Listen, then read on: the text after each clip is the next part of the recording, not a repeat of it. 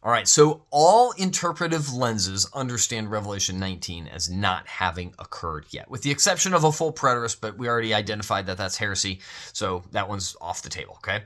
So all of them see these as happening in the future. And if you listen to the idealist understanding of Revelation 19, they see Revelation 19 as being the end of time. There's no other judgment. That's Armageddon, and it's done. What I preached on Sunday was that Satan still hasn't been judged and that there's still another battle that's going to happen. And we're going to get into those details on Sunday. Those variations, it doesn't matter what interpretive lens you're at. You could pick either one of those. So you could be a historicist up to this point, and be following along that path and then say, I agree with the idealist that this is the final. Or you could agree with what I preached on Sunday and say, it seems as though Satan has not been judged yet, right? And so the historicist, the partial preterist, even the futurist, this is where it becomes eclectic, right? And so the question shifts now into a term that you've been probably more familiar with, which is your view of the millennium.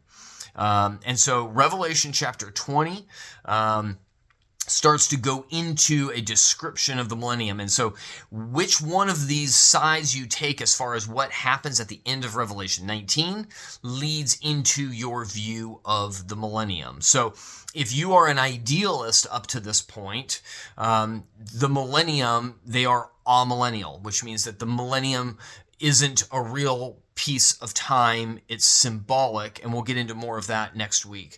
And so, or you are what I will be preaching on, which is a premillennialism, which is that Christ is coming back before the millennium, and that we see that this initial judgment happens before the millennium, and then there's going to be another judgment after the millennium. And so a historicist, a partial preterist, a futurist can jump onto either one of those.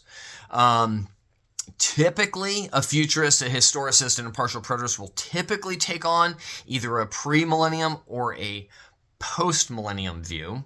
An idealist will take on an amillennial view. So those are part and parcel with each other.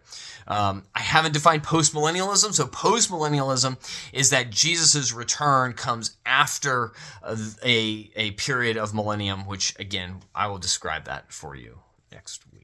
Hope that helps.